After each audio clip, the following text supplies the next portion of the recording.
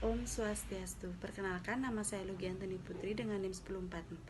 Di sini saya akan menjelaskan materi mengenai definisi laporan arus kas. Laporan arus kas yang biasa disebut juga dengan cash flow statement atau statement of cash flow adalah bagian dari laporan keuangan suatu perusahaan yang dihasilkan pada suatu periode akuntansi yang menunjukkan aliran masuk dan keluar uang atau kas perusahaan.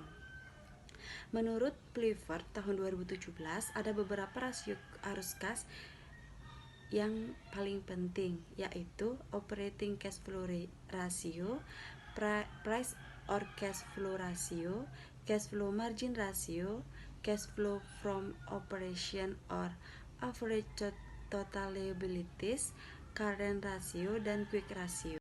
Operating cash flow ratio. Rasio arus kas operasi adalah salah satu rasio arus kas yang paling penting. Arus kas operasi berhubungan dengan arus kas yang diperoleh organisasi dari kegiatan operasionalnya. Hal ini berguna untuk mengukur bagaimana likuiditas suatu perusahaan dalam jangka pendek karena berkaitan dengan utang lancar dan arus kas dari operasi. Berikut adalah rumus dari operating cash flow ratio, yaitu arus kas dari operasi dibagi dengan kewajiban lancar. Arus kas dari operasi berasal dari laporan arus kas dan kewajiban lancar yang berasal dari neraca. Yang kedua, price atau cash flow ratio. Rasio ini sering dianggap sebagai sebuah indikasi yang lebih baik dari nilai suatu organisasi bisnis apabila dibandingkan dengan rasio harga terhadap pendapatan. Rasio ini berguna untuk membandingkan harga saham perusahaan dengan arus kas yang dihasilkan perusahaan per basis. Nah, rumus dari rasio price atau cash flow ratio ini yaitu harga saham dibagi dengan arus kas operasi per saham. Harga saham ini biasanya adalah harga saham pada hari tertentu, sedangkan nilai arus kas operasi diambil dari laporan arus kas. Beberapa pemilik bisnis menggunakan arus kas bebas dalam hal ini, namun sebagian besar analisa masih menggunakan rasio ini dalam analisis untuk menilai kekuatan keuangan organisasi. Kemudian yang ketiga ada cash flow margin ratio. Rasio ini mengungkapkan hubungan antara kas yang dihasilkan dari operasi dan penjualan. Organisasi bisnis membutuhkan uang tunai untuk membayar dividen, pemasok, utang, dan berinvestasi dalam aset modal baru. Sehingga uang tunai sama pentingnya dengan laba untuk perusahaan bisnis. Rasio ini juga mengukur kemampuan perusahaan dalam mengubah penjualan menjadi uang tunai. Rumus dari rasio cash flow margin ratio ini yaitu arus kas dari arus kas operasi dibagi dengan penjualan bersih. Pembilang persamaan berasal dari laporan arus kas perusahaan, sedangkan penyebutnya berasal dari laporan laba rugi. Semakin besar persentasenya, maka semakin baik perusahaan tersebut. Lalu yang keempat ada cash flow from operation atau average total liabilities. Rasio ini adalah rasio yang sama dengan rasio total utang atau total aset yang umum digunakan. Keduanya mengukur solvabilitas atau kemampuan perusahaan dalam membayar utang dan mempertahankan perusahaannya. Rumus dari rasio ini yaitu arus kas dari operasi dibagi dengan rata-rata total kewajiban. Arus kas dari operasi ini diambil dari laporan arus kas dan total kewajiban rata-ratanya adalah rata-rata total kewajiban dari beberapa periode yang diambil dari neraca. Nah, semakin tinggi rasio ini, semakin baik fleksibilitas keuangan perusahaan dan kemampuannya dalam membayar hutang. Baik, perkenalkan, nama saya Niputu Febi Krisnawati dengan NIM 1175 akan melanjutkan materi yang dibawakan oleh Giantini Putri. Kita langsung saja ke materinya mengenai current ratio.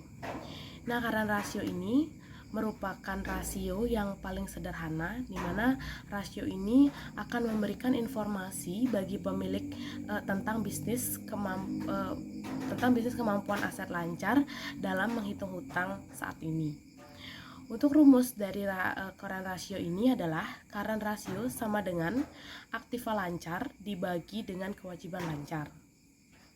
Hasil ini akan menunjukkan berapa kali suatu perusahaan dapat memenuhi hutang jangka pendek yang merupakan ukuran dari likuiditas perusahaannya. Dan materi yang terakhir adalah quick ratio, di mana rasio ini adalah tes likuidasi yang lebih spesifik daripada current ratio. Nah, rasio ini mengukur persediaan dan juga mengukur likuiditas perusahaan dalam menjual untuk memenuhi kewajiban utang jangka pendeknya. Rumus dari quick ratio adalah aktiva lancar dikurang inventory dibagi dengan kewajiban lancar. Jika rasionya kurang dari 1,0 kali, maka harus menjual persediaan untuk memenuhi hutang jangka pendeknya. Hal ini tentu saja bukanlah posisi yang baik bagi perusahaan tersebut. Baik, sekian materi mengenai pengertian laporan arus kas.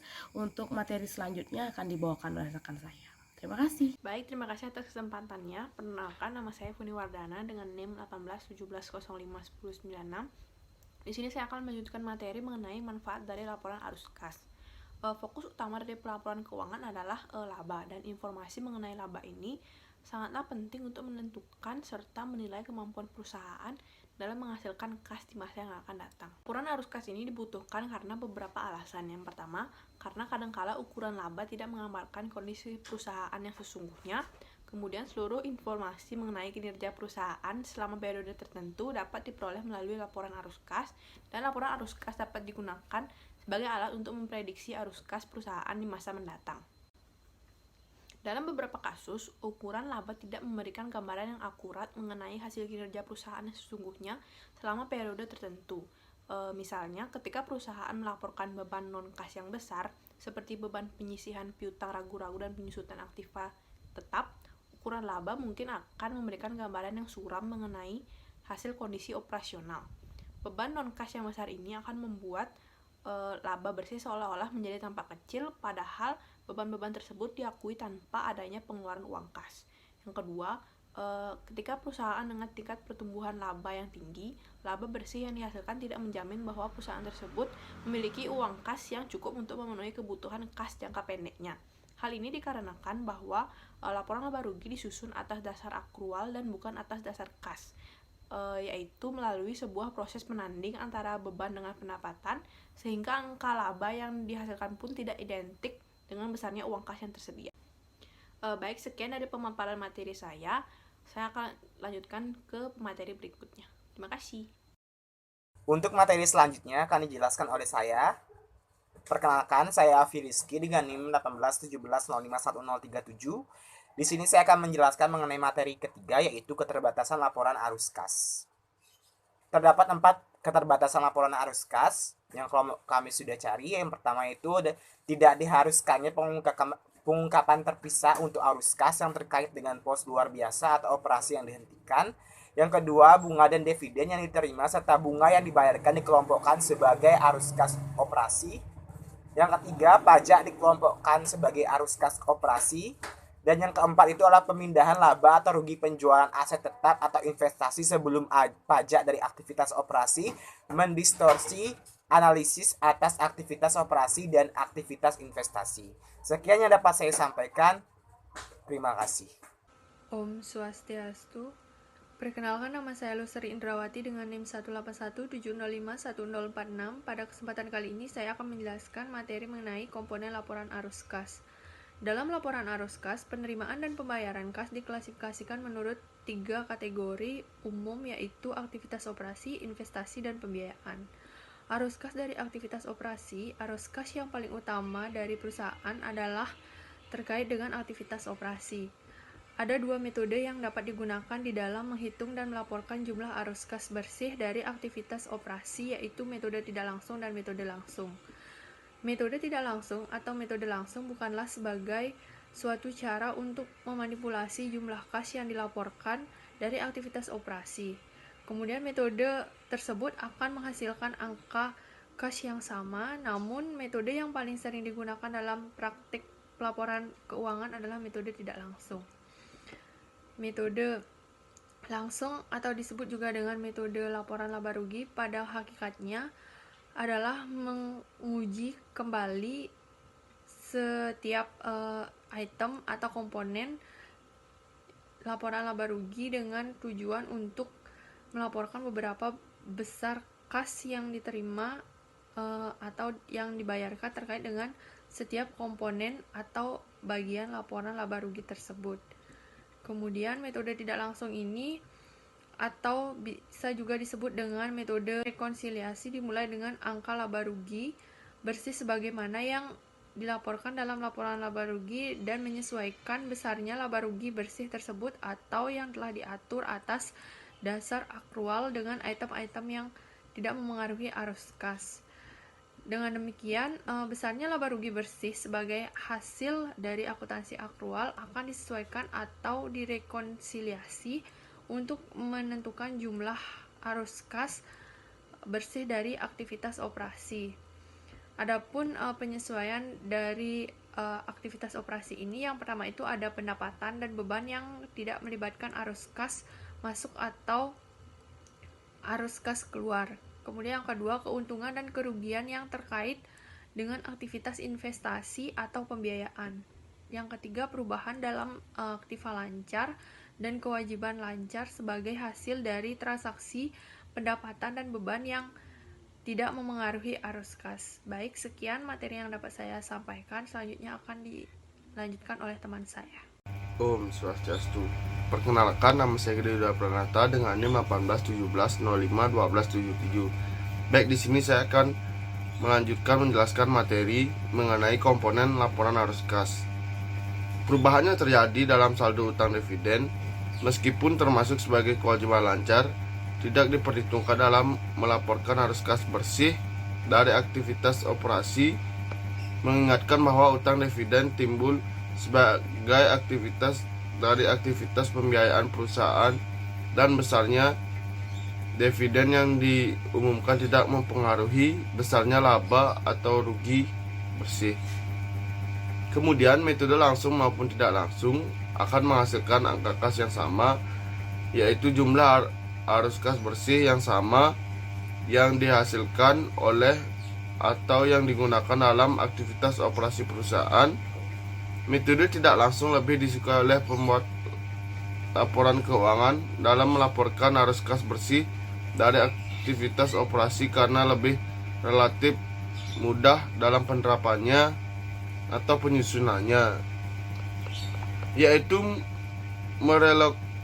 merekonsiliasi perbedaan antara angka laba atau rugi bersih dengan arus kas yang bersih yang dihasilkan oleh atau yang digunakan dalam aktivitas operasi perusahaan. Metode tidak langsung melaporkan arus kas operasi yang dimulai dengan laba atau rugi bersih dan menyesuaikan laba atau rugi bersih tersebut dengan pendapatan dan beban yang tidak melibatkan penerima atau pembiayaan atau pembayaran kas. Dengan menggunakan metode tidak langsung, data yang diperlukan untuk melaporkan arus kas bersih dan aktivitas operasi dapat dengan segera diperoleh tanpa dianalisis lebih lanjut lewat laporan laba rugi dan neraca komparatif. Banyaknya pemakaian laporan keuangan yang menyukai metode langsung karena metode ini melaporkan secara langsung sumber arus kas masuk dan arus kas keluar tanpa harus dibingungkan dengan masalah penyesuaian terhadap besarnya laba atau rugi bersih. Jadi metode langsung pada pemakaian laporan keuangan akan dapat secara langsung memperoleh informasi mengenai dari mana saja sumber kas, arus kas, dan untuk apa saja yang keluar. Metode langsung jarang dipakai oleh pembuat laporan keuangan, mengingatkan data yang diperlukan tidak langsung tersedia, namun harus dianalisis terlebih dahulu agar pada akhirnya baru dapat diketahui mengenai beberapa besarnya arus kas yang diterima dari pelanggan, besarnya uang kas yang bayar ke supplier untuk membeli barang dagang, besarnya uang kas yang dikeluarkan untuk membayar gaji atau upah karyawan, besarnya uang kas yang dibayar ke pemerintah atas pajak, dan lain sebagainya. Baik, itu saja yang saya bisa jelaskan mengenai materi komponen laporan arus kas. Bila ada kesalahan kata mohon dimaafkan. Om Santi Santi Santi. Baik, di sini saya akan membawakan materi yang terakhir mengenai bentuk-bentuk laporan arus kas. Nah, bentuk-bentuk laporan arus kas ini ada dua, yaitu yang pertama adalah dengan metode cash flow langsung atau direct, dan yang kedua adalah metode cash flow tidak langsung atau indirect. Kita langsung saja ke metode cash flow langsung. Nah, metode cash flow langsung ini merupakan metode yang menggunakan arus kas yang berasal dari kegiatan operasional yang diperinci menjadi arus kas masuk dan arus kas keluar, yang nantinya akan diperinci kembali menjadi beberapa jenis penerimaan ataupun pengeluaran dari arus kas perusahaan. Kemudian yang kedua adalah metode cash flow tidak langsung atau indirect, di mana berbeda dengan metode langsung. Metode tidak langsung ini yang terjadi pada arus kas itu ditentukan dengan mengkoreksi laba bersih yang dilaporkan laba rugi perusahaan, maksud saya. Beberapa hal yang termasuk diantaranya adalah biaya penyusutan, kemudian laba atau rugi karena pelepasan investasi, dan masih banyak lagi. Nah, metode tidak langsung ini merupakan rekonsiliasi atau pencocokan dari laba bersih yang diperoleh dari perusahaan. Baik, sekian materi mengenai bentuk-bentuk laporan arus kas. Saya ucapkan terima kasih.